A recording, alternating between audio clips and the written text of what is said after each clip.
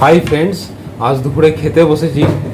তো আজকের দুপুরের খাবারের মেনুর মধ্যে আছে ঘি করলা ভাজা, বাড়ির টাটকা গন্ধরাজ লেবু, লাল শাক, বেগুন আলুর তরকারি, ডাল আর কাতলা মাছের ঝাল। তো চলো খেয়ে দেখি।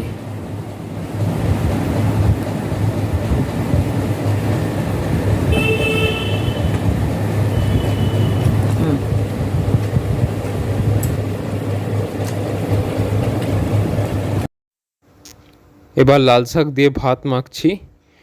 লাল শাক আমার অত্যন্ত একটি প্রিয় শাক। তার সাথে আছে গন্ধরাজ লেবু। ওই দেখো চিপছি, ওহ একেবারে জমে যাবে। এবার শাকের সাথে একটু ডাল টেস্ট করা যাক। এবার লাস্ট আইটেম কাতলা মাছের ঝাল। মাছটা দেখতেও সাইজে বড় এবং দেখেও টাটকা মনে হচ্ছে। আশা করি খেতে ভালোই হবে।